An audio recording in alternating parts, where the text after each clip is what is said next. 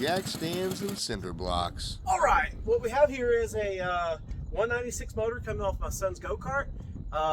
Did a lot of modifications to his go-kart, mainly just made it electric start so he could start and stop the engine by himself. Without me, my wife, or his brother having to start and stop the go-kart for him, he can start and stop that from the driver's seat, making the go-kart much safer for him to operate on his own. This particular motor, I've put a new coil on. I actually stole the coil off this one when the other coil went bad, and I don't know if I have a bad coil on here or whatever. Just never got this thing to start back up with the new coil. But anyway, we're going to full intentions of removing the governor and doing some other modifications to it. You'll see that on future videos, but this motor is going to No Name Nationals with me on that monkey bike that's in the truck behind me. So we're going to go ahead and get started on removing everything from this motor. So I did the other modifications, or put the coil and stuff on here on this motor on a live stream many months ago, back when I was still doing live streams. Had some issues doing live streams, mainly because of my work schedule, and sometimes I'm in places where I shouldn't be, and then sometimes I spend longer traveling back and forth to the places I need to be for work. So I temporarily paused doing live streams. Maybe in the future I'll restart those, or maybe I'll just start doing them at random. It's up to you guys to watch out for those when those temporary, or when those random live streams come back, because they're going to be fully random most likely until I get back on the schedule. But anyway, when I hauled this motor up here to put it back together, carburetor was already taken off because we had a problem with the other carburetor. We wound up swapping this carburetor because it didn't have as much stuff wrong with it. So we stole that carburetor off and put it on my son's go-kart. And then we also stole the fuel tank off of it and put it on my son's go-kart, because the little thing that connects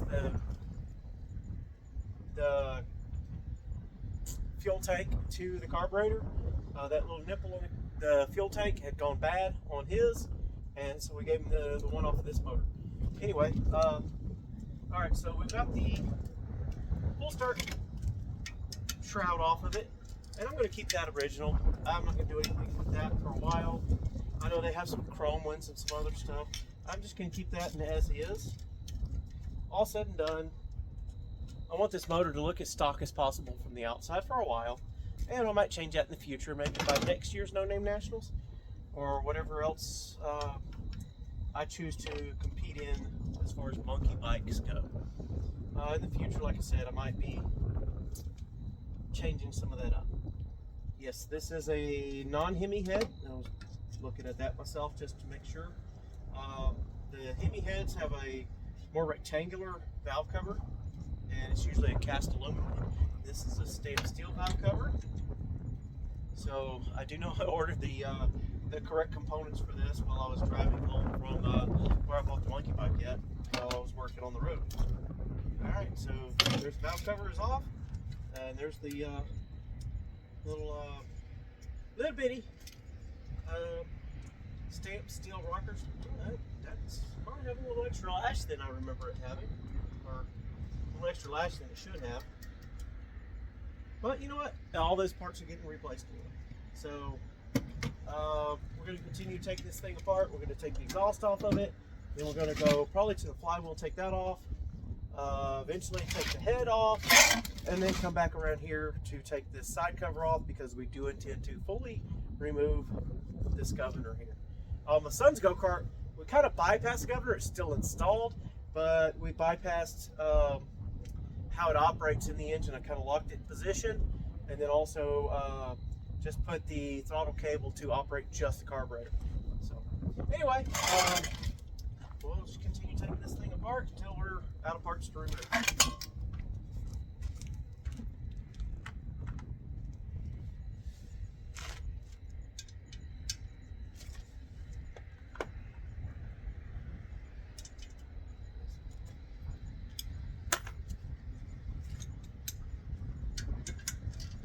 And who needs a stock muffler for these? If you want one or need one, let me know. This is free. maybe you might have to pay shipping, but you know, I'm not trying to make any money on this part. It just, if you need one, by all means, let me know. Otherwise, give it a few months, it'll wind up in the dumpster over here where I'm at.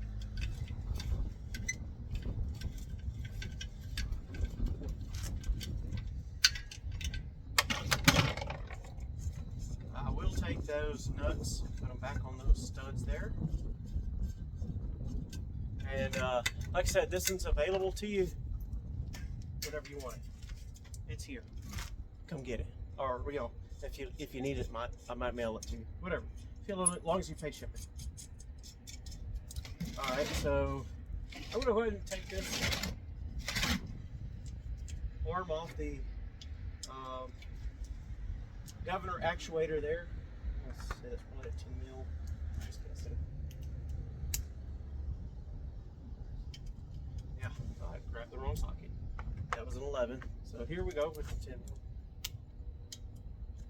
There it is. I'm going to go ahead and take the arm off the governor. I've seen several different techniques. I don't know exactly which technique I'm going to use to close that hole. I might just cut the parts off the governor and reuse the shaft just to close that hole. But until then, I'll save some of these parts. I save these parts mean if you need a governor or the governor control arm for one of these motors, it's right over there. All right. Oh, so we have a cotter pin there. That's perfect. So what I might do is just shave this shaft down to where the cotter pin still works, and then take whatever the actuator on the inside that operates the governor. Might take that off. Anyway, we already know we have a problem here. We've put a new coil on here and it still doesn't run. And I used a business card folded in half or what have you for a spacer or feeler gauge. But anyway, I'm going to save that hardware, take this coil off, because right now the coil is just kind of, anyway, it's not really doing anything for me right now. Remind me to order coil for these, because I have a whole lot of parts on the way and I don't know if this coil is any good or not. I'm going to put that hardware back on there so it's on the case. I have a lot of road noise here.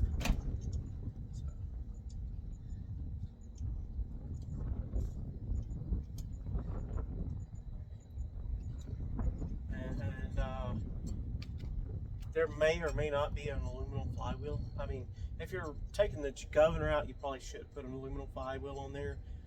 They have some cast ones and they have some billet milled ones. I'm not telling you which one I'm putting on there. If you really want to know, you need to be at No Name Nationals.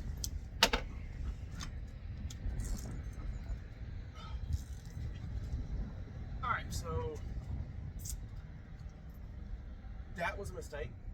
There's a little sheet metal over here, and alright,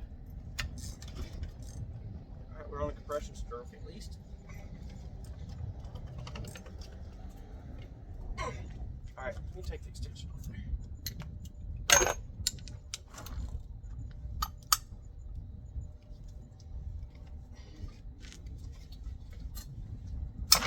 This motor might be slightly hydro-locked.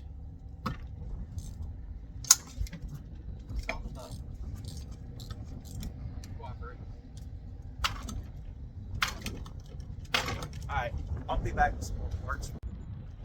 Alright, we're back. I've got a little bit of a scraper. I'm going to put it in there to stop the flywheel from turning. And we got a bit of a sledgehammer. I'm going to use that to shock this. Went. Break that torque. And I've seen many videos where they damage this part significantly, and also yep, there we go, they made mention of,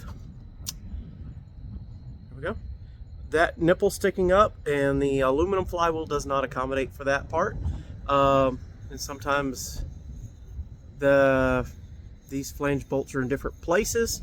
In most cases there were 2 bolts, I think, or 4, but here we have 3. So we have that flanged one, and we'll shave that down with a flat disc on a grinder here. So there it is. There we go. Might have to shock that.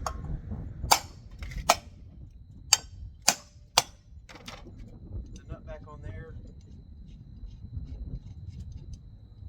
All right. There it went. A little shock. And that's off. All right again. Okay, so apparently this area right there where my finger's pointing and surrounding, that's part of the governor.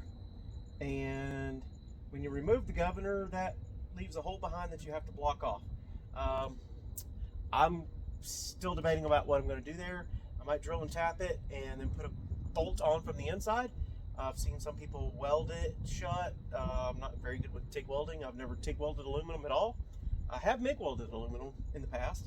I do have some tri-gas for MIG welding stainless. Don't know what I need there right now, so not even going to comment on that. We're going to go ahead and screw some of this hardware that I'm trying to save back into place. And we have the head here and we have the side plate.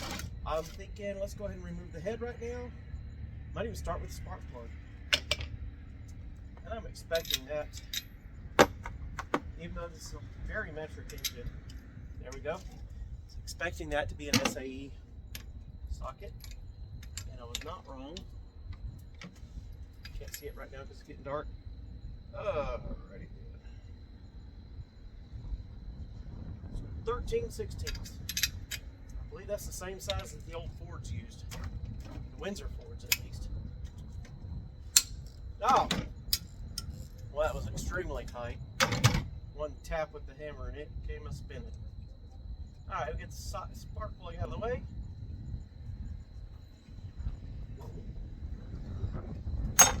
Alright, you can still see me, right? Alright. I'm going to take a punch. It's getting dark on me. That is a 13. Ooh, might be a little bit 13. That's a 12 millimeter. Let me put that 13/16 back. Alright, that turned. I'll have to look at the torque specs on these later. That's about 1.5 ooga-doogas. From what I can tell. Barely.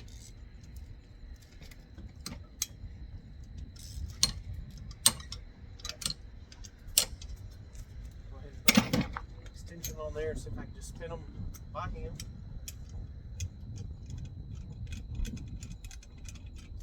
That's out. Everything on this table is coming off this motor, so I'll start bagging this probably off video and put everything away and bag it and label it. We can tell those are the head bolts. Let's see if these are a different length. Oh, they didn't come out all the way. I don't know. Fancy shaped rock come off of there. Okay.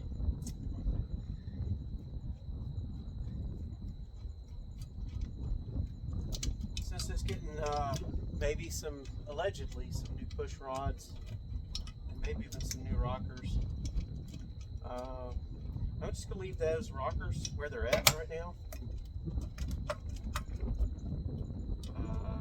Maybe. Like I said, allegedly.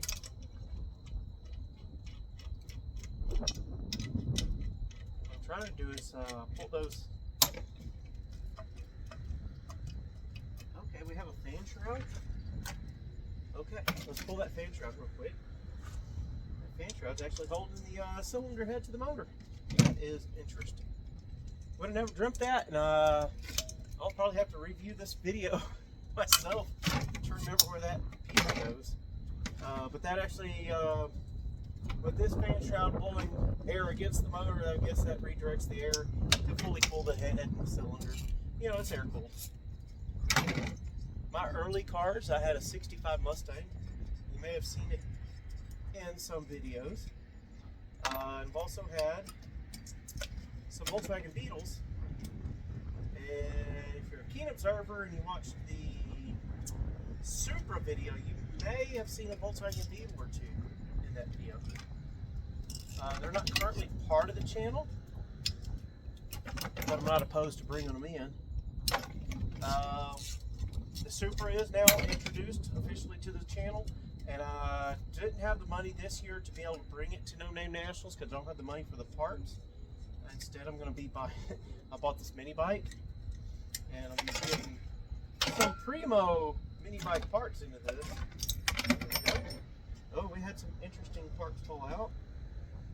I'm guessing those are maybe a push rod bushing or a maybe a head stud bushing. All right, so there's push rod. In that sequence for now. That one was from that side. This one's from that side. Don't know which way those came from.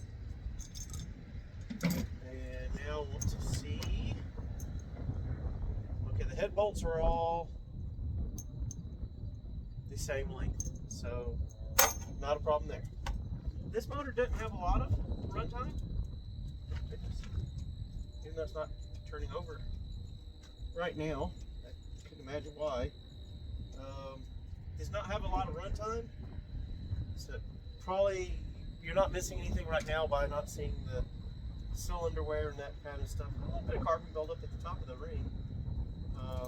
Go ahead and get rid of that gasket there because, you know, the kit I bought will have new gaskets. Because clearly we're deleting the governor. So if we're deleting the governor, we're doing a little something to it. There we go. I'm assuming that's a 10 mil. Put that socket back. Start putting sockets back because this is not a bad kit. It might allegedly be a Milwaukee kit that I got on some of those Black Friday style sales last year for not a bad price, especially considering what it goes for now. Not a bad price. It's a good decision. I like this kit. It's fairly well organized.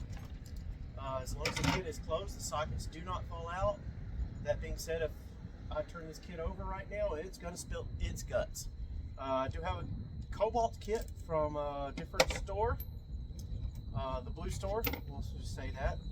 Not trying to promote any particular brand, but Lowe's. The Cobalt kit I like, but it doesn't have deep well and shallow well. It's kind of a mid-depth sockets. And those sockets will the particular kit I like, those sockets will stay in the kit as long as they're clipped into the kit, even if you turn the kit upside down. I think the ratchet, maybe an extension might or might not fall out, depending on how well you clip those in. Because I mean, those are the most common used parts. So the clip on that case kind of wears out. So anyway, you're watching a teardown video that's just about done. We're going to go ahead and take and knock this case loose. And we're about to have a mess of oil, which I will clean up off camera, I'm sure. Let's see if I can find something to catch the oil. Maybe, and I don't know how much oil is left in this crankcase. It rode around the bed of my truck for a while. So as soon as I get this bolt out, I'm going to pause. We'll go get something to allegedly catch some of that oil. Alright, and I appreciate y'all sticking with me. I know it's getting dark out here. We got a little bit of light coming in from the inside of the shop, which I'm not even working inside the shop right now. We're going to try to, before I knock this case loose, drain this oil into that bucket.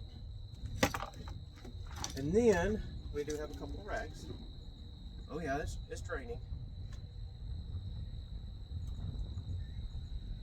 Not a lot of oil left in there, Bruce. I mean, it's probably like a quart and a half max motor. Probably a quart and a third. And I don't think we have a full pint coming out yet. And it's a slow drizzle at this point. It's not that chilly out. So, I'm at the point where I'm done with that. Somebody's turning around the driveway. Now we'll throw some rags on the table because that's what you're going to see next. Is this thing is going to spill its guts, what's left of it.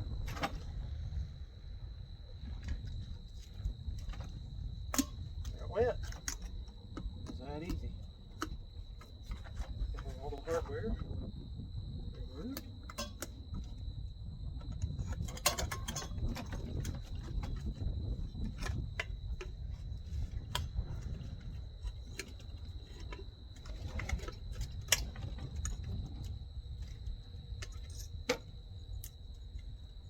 Alright, well, remember any of these taking an additional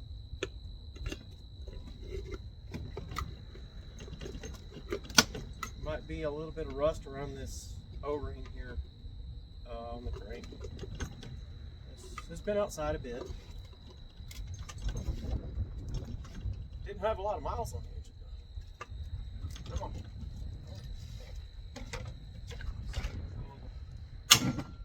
Shock maybe? That did it. There we go. There's a ball bearing there. We've got a seal there. We're gonna put this inside tonight and clean that and maintain it. Here's the cam with the plastic cam gear. I have a slightly larger, maybe a cheater stock cam on the way.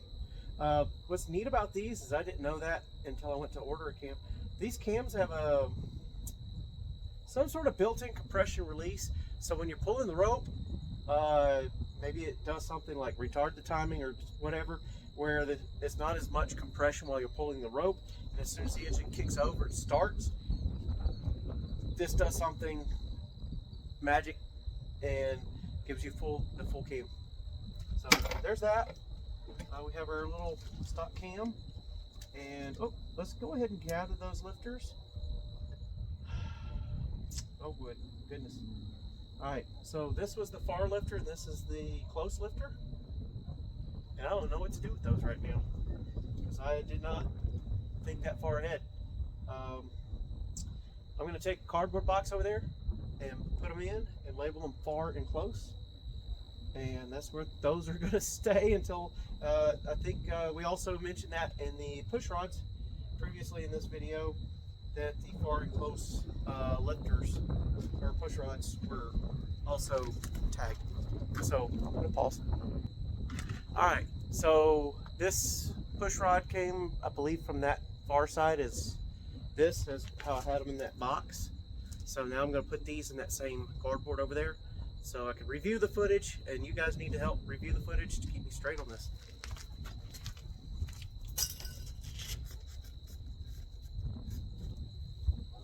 Alright, so those push rods are in that box with the lifters, and this thing has so much low mileage that if I get them backwards, putting them back, not really super concerned. I think I'm going to go ahead and maybe stop tonight and pull the crank, the push, well, I'm going to pull the crank and the connecting rod and the governor tomorrow.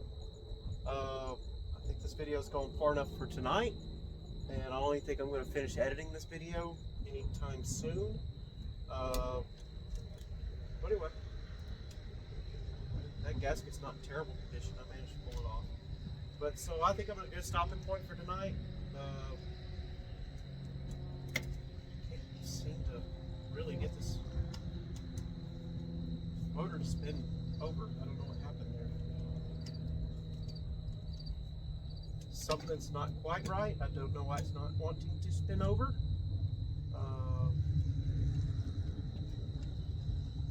But like I said, it's low mileage or low usage motor. It's been sitting outside for a bit, so I might have to check the piston rings for like some ridge rust or something. The piston seems to be pretty much at bottom dead center. Anyway, for this video, y'all behave. Don't forget to like, subscribe, and share, and comment even. Please comment, even if it's a negative comment. Or some of my buddies like, hey, why are you buying a mini bike? I have one that does 60 miles an hour. You could have borrowed it. I'm like, because I want my mini bike, and I don't know if your mini bike even fits in the monkey bike rules or not. You didn't volunteer anything like that.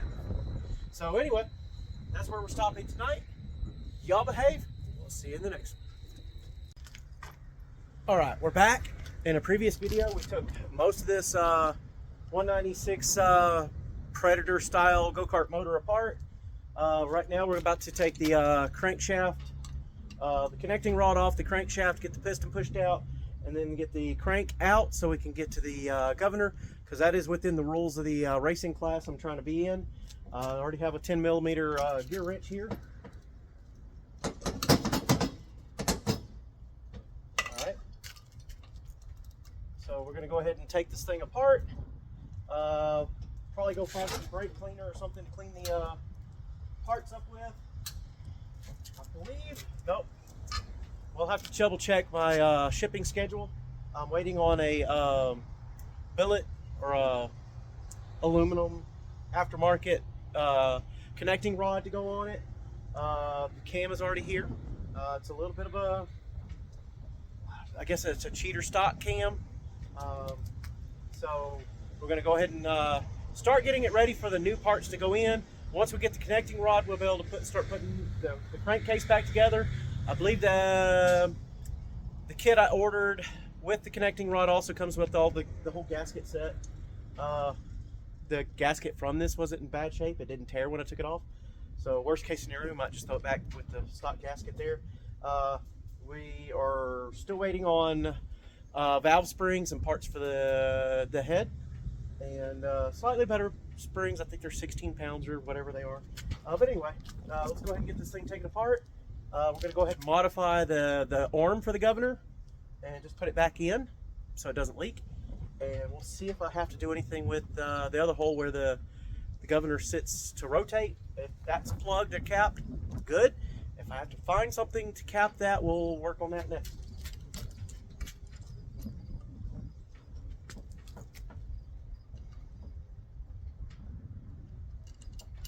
All right, got the rod cap off.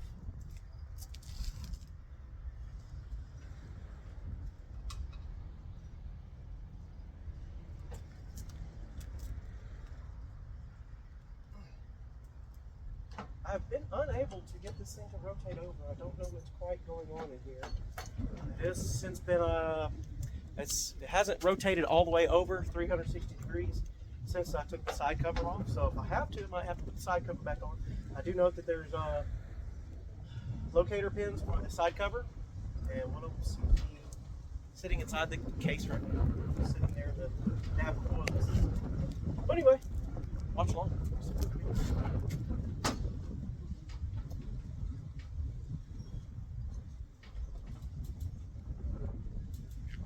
I believe this little plastic snowman or plastic top hat probably part of the governor. Didn't see what it came out of when it opened the case.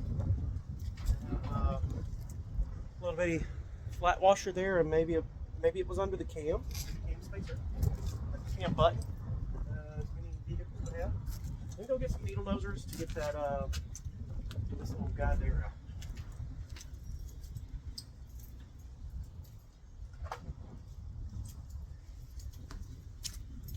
That wasn't long. Well, I stayed in the shop the whole time I did that. But anyway, go.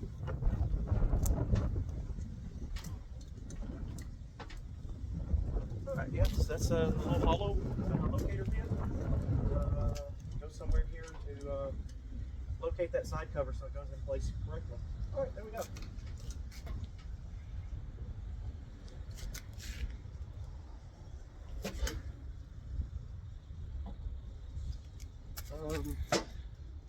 Cylinder walls actually look pretty good. A lot of crosshatch left. Just a little bit of carbon at the top of the cylinder.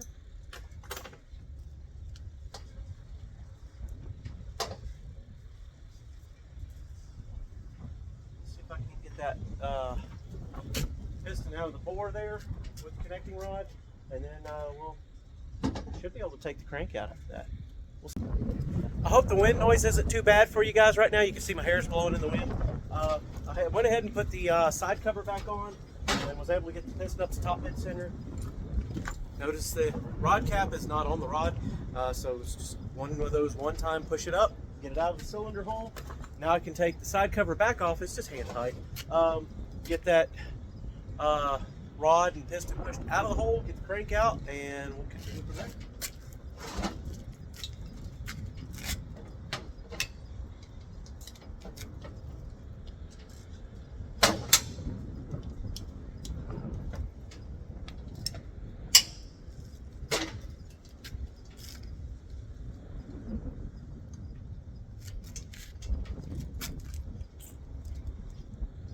Not a whole lot going on here, so we'll just probably music montage.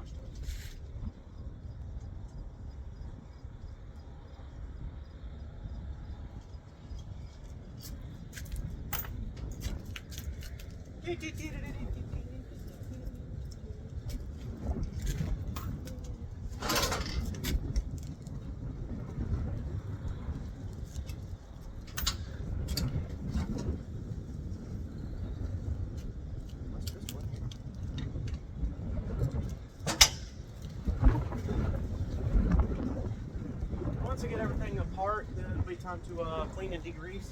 So it'll be ready to go back together. We don't want any of this dirt on the outside, because that dirt on the outside might get on my hands and get on this stuff on the inside, then we'll have dirt on the inside. So here we go. Take the side cover back off.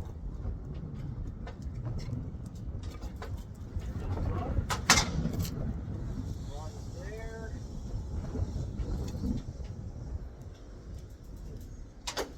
Let's see if I can use something as a lever.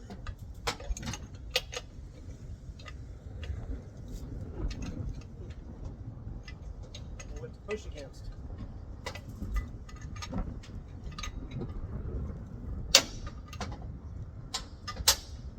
Not used to working on motors that are this small. Done a lot of car engines. I have worked on a lawnmower engine or two, like in high school. A while, but we won't say how long.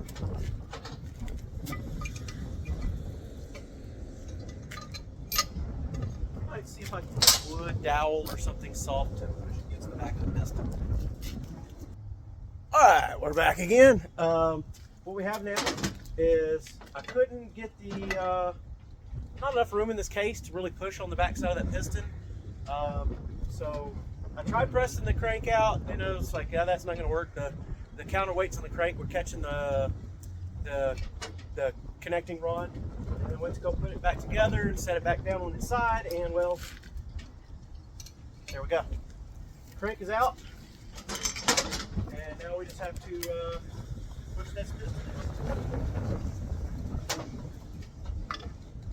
with what? I don't know yet. I'm trying to find something that's not going to damage this connecting rod, even though I have a new, somewhat nicer, fancier connecting rod on the way. Eventually I want to put a nice cam and, you know, heavy valve springs and, you know, modify the cylinder head and that type of stuff. But for now I just want to get it a little mini performance cam in there, take the governor out, get the nice aftermarket flywheel in there. Oh wow, you can definitely see where we've got a cast sleeve or an iron sleeve on the aluminum block here. Really see that where it's pressed. But anyway, I'm gonna cut the camera and come back when I get the piston out.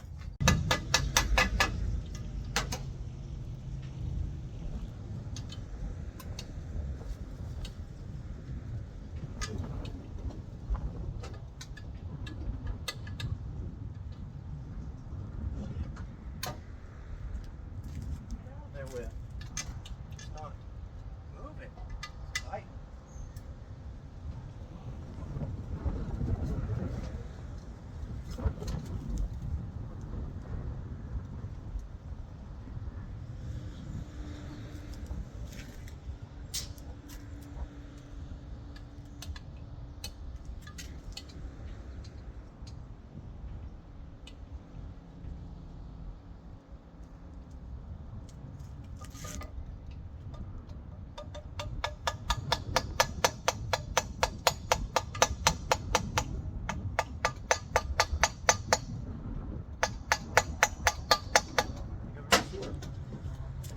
Cylinder that tight before.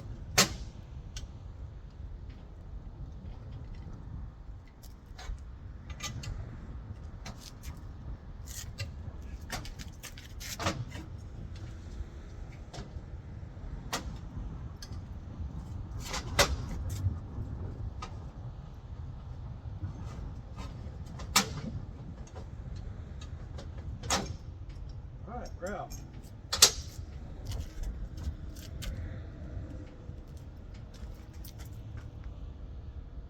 You weren't supposed to be recording there.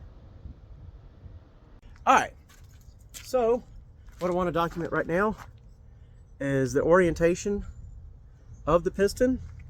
Alright, we got an arrow pointed down towards the push rods, and that's the orientation of the crank connecting rod. So when we put the new one in, that needs to be in that orientation. Alright, again, I hope the wind noise isn't bothering you guys on the microphone too much. This is the governor arm. We're going to cut it just shy of there. And then we're going to cut the other side. If you see this little notch there, we're going to cut it just on that end of that notch. We're going to leave a little bit sticking up. This is just purely going to cover that hole. For the umpteenth time, we're back. I've got some cinder finding punches. What matters is they're a punch. I'm just going to drive the governor itself out of the crankcase. There it is. I heard it fall. What I want to do here is this little piece of junk is junk. This is going to get cut down and reinserted in the hole just to block off the hole so it doesn't leak oil. Alright, so this is the pin that held the governor in. What we might do, you can see there's a little black washer there too, that the governor would ride on or spin on.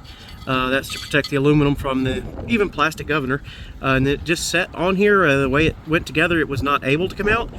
I don't know if I'm going to go ahead and cut this off and put it back in, or just drill and tap that hole. We can't put much there because on the other side there's going to be a spinning flywheel. Alright, these three washers were on that part of the governor actuator arm, and I will probably put those back. We're just going to cut that arm off there and kind of cut it off again like there. And we'll go ahead and put those little guys back and put the arm back on with its clip. We know it's not going to go anywhere. What the problem is with that governor, if I put this other pin back in, even though I had to drive it out, we don't want that thing to come loose inside the crankcase. One, it'd spew oil everywhere. Two, now you have foreign object that would be sloshing around inside your crankcase while your engine's running. Alright, I've made up in my mind. In this case, I'd rather have a bolt drilled and tapped coming from the back side in there than just trying to put that pin back in. Even if I cut that pin off on one side, if that pin comes out while the engine's running, the engine's done. So we're going to drill and tap this, and you know, when we put the bolt in there, it's going to be torqued, you know, snug down. Maybe put a little bit of red Loctite in there so it can't back out. So I've got, this is a 1/4x20 drill tap. Looks like it's going to fit in there, and we'll go ahead and spin that in and get this hole prepped. And then I'm going to run to the hardware store. I also need some engine degreaser. So I'm going to run to the hardware store and get my 1/4x20 bolt. I want a small shoulder-headed bolt, short as I can get, and of course the engine degreaser. And then we'll put this on the shelf. Maybe go edit the video of this, or come back out here and work on some other part of these other projects. All right, what we have here is Tap Magic. If y'all want to sponsor me, by the way, Tap Magic, I do use your product. But anyway, that tap, and that's gonna lubricate the tap better than using motor oil or no oil at all. You know, my steady machinist jig here, my mill.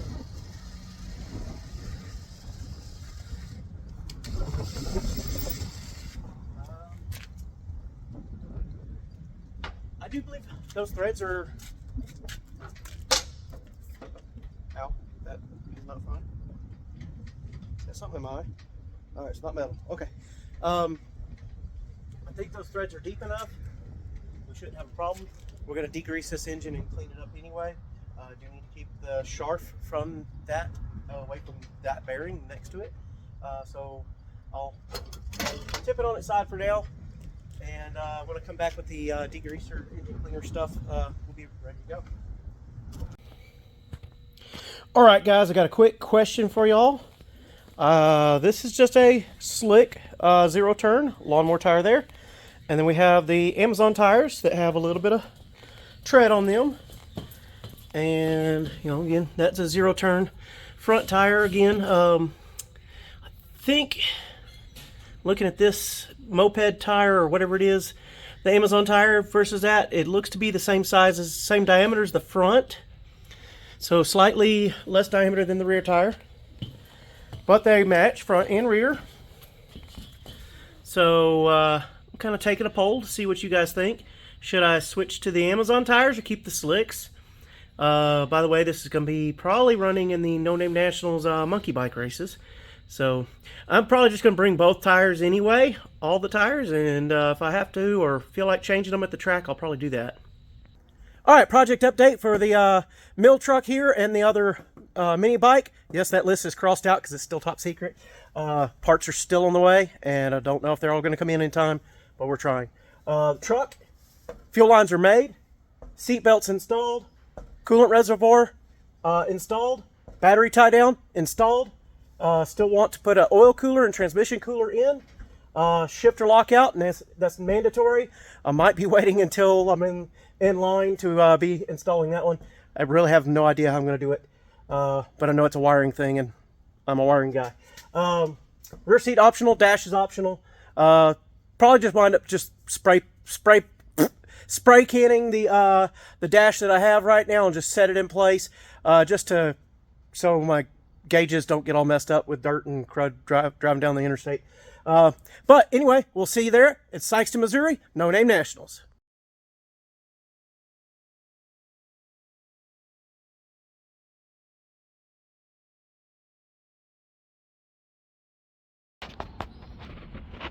Alright, I promised there would be videos about this. Most of the parts have arrived. We got an Arc Racing billet flywheel, Arc Racing connecting rod, chromoly or aftermarket rockers compared to the stamped models. Little bit of a cam, ISO clutch, chain. We've got some springs to choose from. Valve locks with hardened lash caps. There's the original piston we're going to be reusing. There's a mounting plate for mounting that to the mini bike. There's tires. There's a tank we're not going to use right away, but we have it. There's all the hardware that came out of the motor, and the original valve springs and valve retaining locks and stuff. So what we're going to do, I'm going to prep as much of this onto the cylinder head as I can. We're waiting on a tool so I can install that cam. I'll explain that more later. We can also fit the connecting rod, double check that it fits with the bearing and stuff properly, and go ahead and fit it to the rod or the piston, and we'll go from there. We'll be bringing the torque wrench for stuff like this with us, because the tool is not coming into the last minute the night before we're leaving to drive to the No Name Nationals. Alright, we can probably hear a little bit of the rain noise from outside. There's the front tire that I've had on the mini bike previously, the rear tire, and now the Amazon tires. A little bit taller, just a tiny bit skinnier than the rear, but we just keep progressing to taller and taller tires. That being said, we're going to probably put this one up front on the front wheel. There seems to be a lot of room between the front tire and the fender, and I can also relocate the fender. What we have a problem with is this tire is about as tall as I can go in the rear right now because of the rear brake. Maybe if I change to a different brake later, but right now this is pushing the limit. So I was wanting to put one of these there, but now I have the option of these two, because I'm going to use one of these up front. Another problem. I noticed that they were using these nuts as a spacer between the hub and the sprocket, and this is one of the centering bronze bushings that keeps the rear wheel centered on the hub. So what I'm going to do is remove this amount of material from that one, because that's the left hand side where these were the spacers. We're going to shift the wheel over, giving us more room between the tire and the frame. On the right hand side, we're going to shift the whole wheel over So whatever I remove from this side, I need to add about the same amount to the outside of the hub on the other side. But we're going to go ahead and cut. We're going to measure this, and then we're going to go over to the,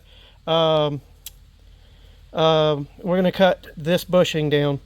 So we're going to mount it in the vise. We're going to cut it with an angle grinder because I don't have a lathe available. But anyway, we're going to go ahead and take that amount of material off of this bushing, and then we're going to take what's left, hopefully, and put it on the other side, and then add maybe a washer or two until we get the thickness right. All right, I'm just going to reiterate what I just said in the previous cut. We're going to measure the thickness of this nut, 0.439. We're going to also measure this bushing, 1.221. One more time, 0.439 or 0.44. We'll write it down here, 0.44 or 0.439. And then I don't think it has to be laser accurate. It's just got to be straight enough that the chain stays on. All right, 0.121 or 0.122. Sorry, 1.21 to 1.22. There we go. So now we're going to take 0.44 off of this bushing.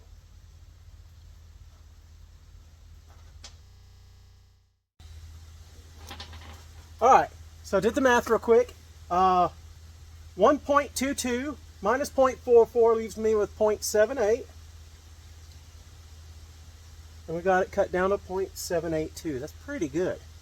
So this side's ready for me to remove the nut spacers from the sprocket, and I'll have to make a trip to the hardware store tomorrow and probably just get washers to take up the space, the 0.44, because it has to be big enough to slide over the axle.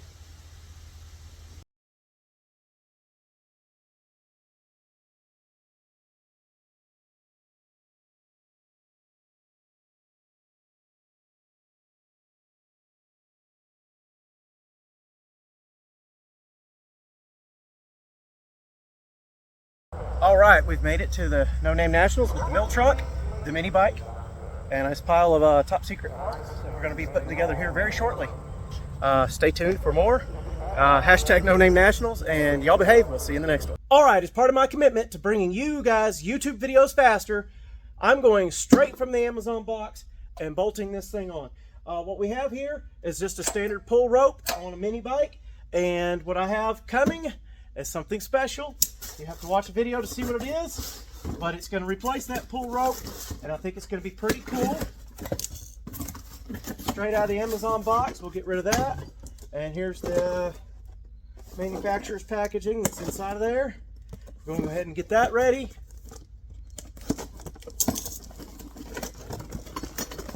Looks like it's all there. Let's go ahead and remove the pull rope. All right.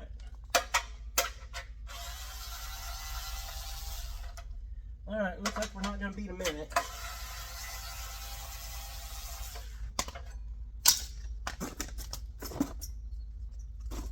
It does come with some fresh hardware. And a little thing to hold that. All right, so it's not going to be a short form, unfortunately. I was aiming for it to be. All right, we'll set aside those factory bolts. Get the new longer bolts here. Hopefully they're not made out of Chinesium. We've had a few run-ins with Chinesium recently. Actually stopped me from racing this monkey bike because of it. All right, put this up. There we go. We'll be started. All right, let's get some more of them started.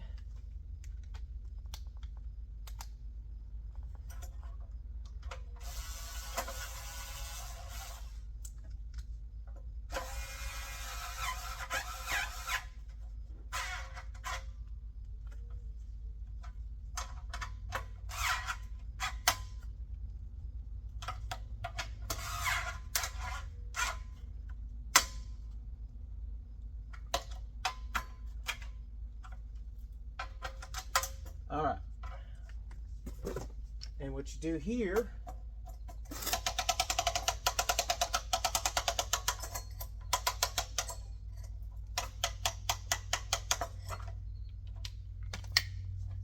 and then you would release this guy.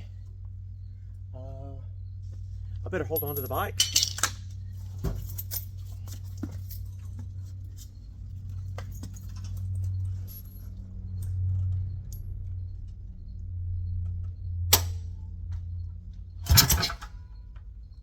Okay, well that's the idea.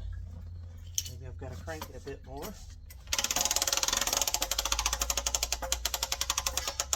Yes, oh, quite a bit of crank there.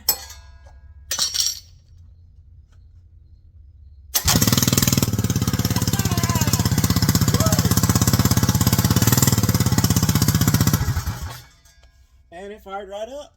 So this little device, instead of me having to pull and pull and pull, you could pre-wind it